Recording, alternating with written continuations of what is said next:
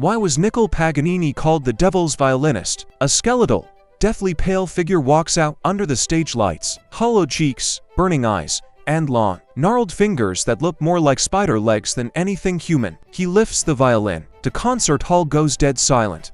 Then the bow moves, and sounds of impossible beauty and terrifying complexity flood the room, raising goosebumps on every arm. He plays so fast the strings become a solid blur. 1 second the violin sobs like a child, the next it cackles like a madman, and sometimes it whispers with a voice that could only be Satan's. Within weeks, 19th century Europe was buzzing. Niccolò Paganini must have sold his soul to the devil. The nickname wasn't random. Paganini didn't just play the violin, he reinvented it. His pieces were so insanely difficult that other musicians couldn't perform them for years. He mastered left-hand pizzicato plucking with his fingers instead of the bow, lightning-fast passages onto strings at once, and leaps across the fingerboard that looked physically impossible.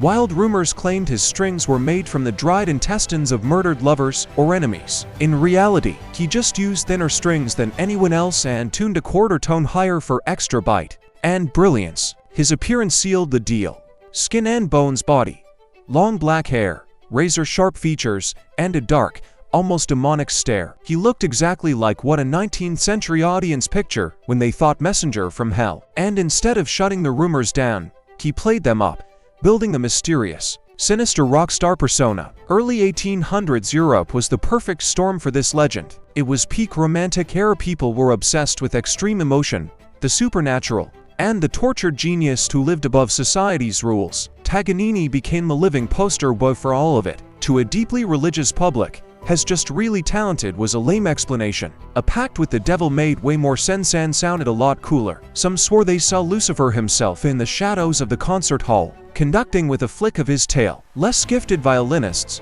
unable to keep up, happily spread the devil's stories to save face. The real reason for his demonic gift is much more down to earth. Modern doctors have studied his portraits and symptoms: tall, extremely thin frame, hyperflexible joints, breathing and vision issues. Believe he had Marfan syndrome, a rare genetic condition. Among other things, it gives people abnormally long, superflexible spider fingers.